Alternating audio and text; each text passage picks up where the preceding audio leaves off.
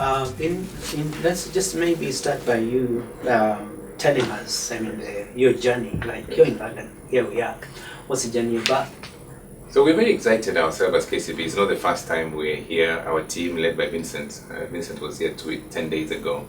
I was going to be here speaking at the event, and I didn't get a chance because I had another matter in the country. Yeah. But for us, really, is to connect with Kenyans in the diaspora to shape the thinking of reinvesting back at home.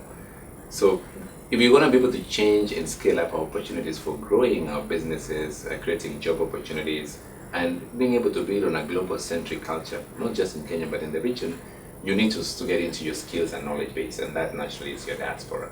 So our vision of coming here and linking with this team is to be able to have one view, one vision, and give them a platform. You know, I sit on the Vision 2030 board as a director.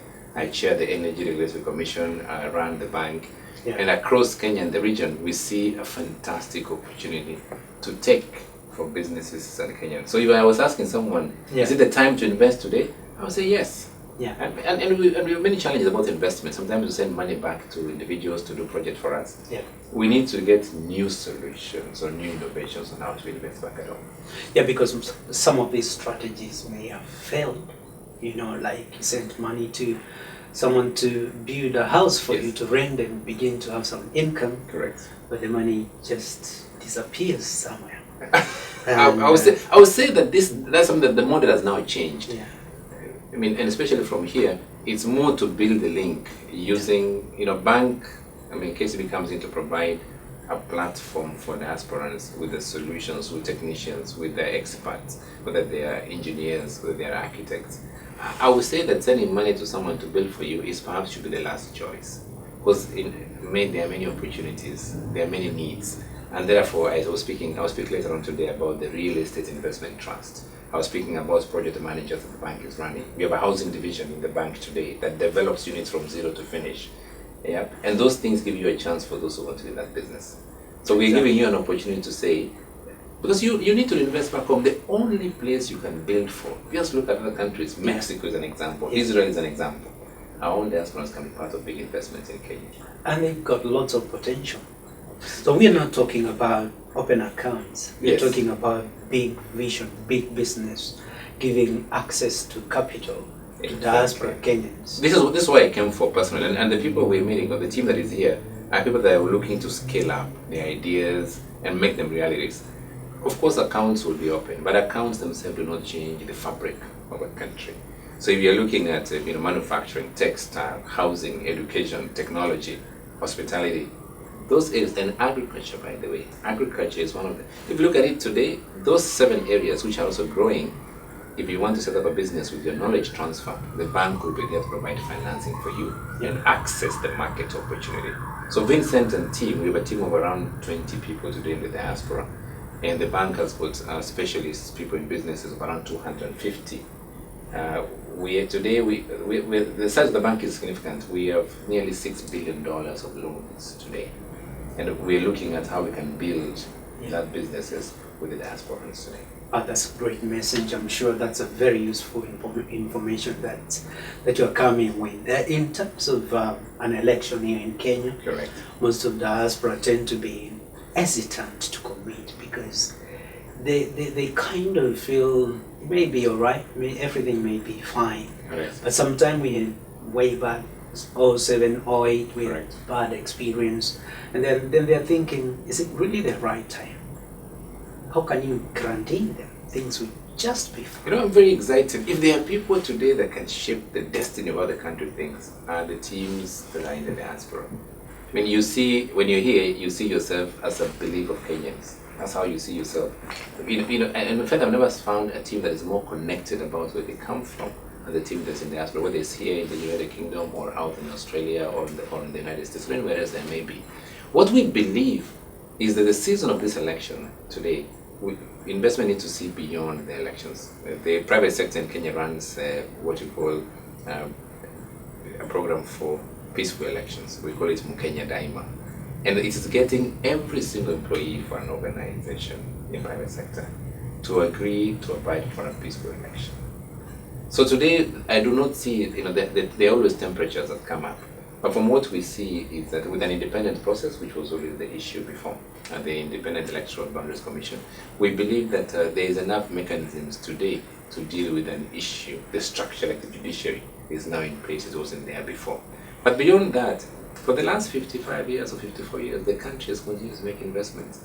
Take the opportunity today, whether someone wants to invest for retirement, invest to create jobs, be a link between Africans or Kenyans investing in the UK, you got the knowledge and capabilities. This is the time to put in the seed.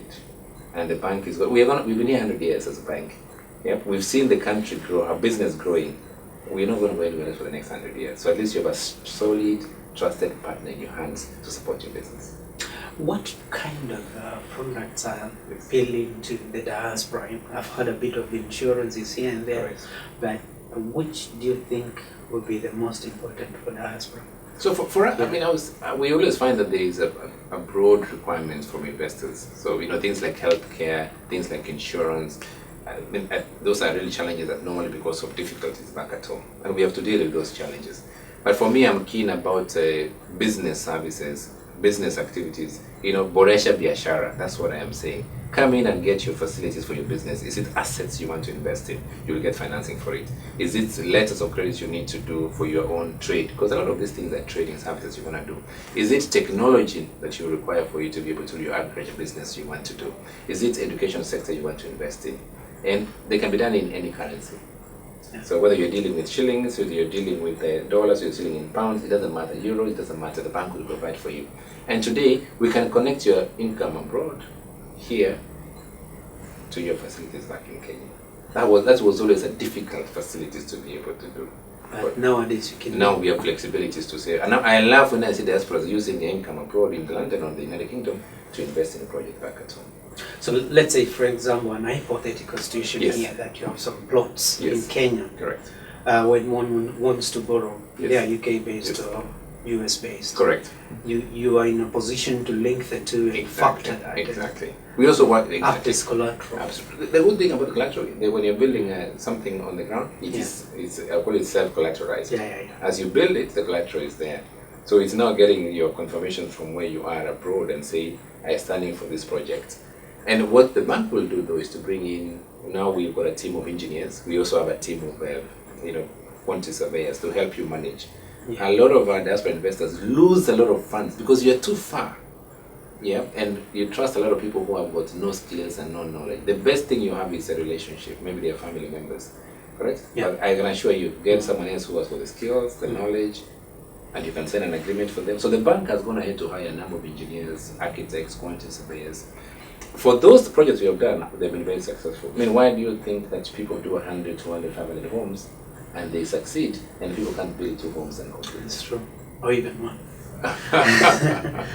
No, that's a great thing you're doing. So probably then after this, we should expect to see a lot of commitment, because another thing is a bureaucratic system that sometimes you begin a big venture to connect with diaspora, but because of bureaucracy somewhere. So we want to grow on this. I must admit that it's we appreciate that the team of Kenyans that are outside or here, you have a very busy agenda. Your schedule is not. In Nairobi you can walk from one office to the next. You can spend a day. Here you don't have the time. So what we set up a specific unit in diaspora led by Vincent, and it works directly under my office. And what we're doing now is to make sure that we want to open accounts, we want to send documents. We are very electronic ready now in terms of what I always find with diaspora is they have not. That's why I came. Many times they believe that the banking sector is still 10 years ago. You have to bring in your actual document. You have to fly down to Nairobi. Not at all. We are among the most digital and innovative country today in terms of using mobile money and using electronic payment systems. So it's to make it easier, and I would like to say that we'll make this more. This is not a one-off event. We're spending this year engaging our diasporans across the world. You'll see me here again later on in the year. I'm working very closely with the High Commissioner to say we can push. And if we can coordinate into our own group of investors from the United Kingdom into Kenya, then that group becomes a very strong connection for us to continue pushing the agenda of business investment for us and for the country. It's the only way, in my view, we can build the opportunities for our country and for the region. We're looking back into the diaspora community for knowledge and skills, and Kenya is a bedrock opportunity for investment, and it's a fantastic partnership. And I'm looking forward for an exciting 5 years, because for me it's very personal. As a sitting in Vision 2030, building a medium income, creating opportunities for our millions of younger people. We believe that it's not just about you being in London, it's about you getting back, using your skills to reinvest and create opportunities. I quite like that line, because there's a lot of diaspora Kenyans, Yes. you know, they're just like stuck somewhere in these cities, dotted around the global map, thinking, I really have the skills, and my government has never connected me or created a forum that can, you know, just absorb me. Correct. And sometimes the stories I tend to hear, Yes. those who dare try to come back home, Yes. they're like a nightmare. You're like, okay, you come back home, invest, and even opportunities. But Yes. sometimes you begin to find out a lot of things are required, from Yes. KRA clearance Yes. to Yes. HLB Yes. Yes. to all these certificate of good conduct, and no one tells you before you land. You Correct. realize when you are there.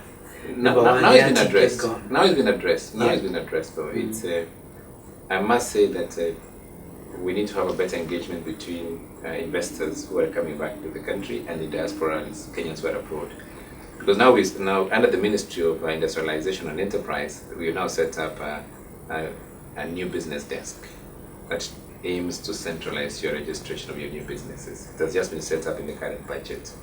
So that other than you going to all these entities to get your registration, your licensing, you get it all in one shop. Because you don't have the time, I can assure you. And that's what stops. I don't want you to waste your air ticket coming back and spending 3-4 days looking for things which you have no time for. So under Eden Mohammed, and we're working very closely under our team, and the bank can actually do a lot of that work for you now, without even before you travel. Yeah. So that you do your correspondence, you do this resolution for you that you need. So that's something that we've picked up, and I can assure you that this year you should see a better way of registering and setting up businesses in Kenya. Oh, that's brilliant. I really appreciate it. And yeah, thanks a lot. Thank you. It's been a pleasure. Asante sana. Nashukuru sana.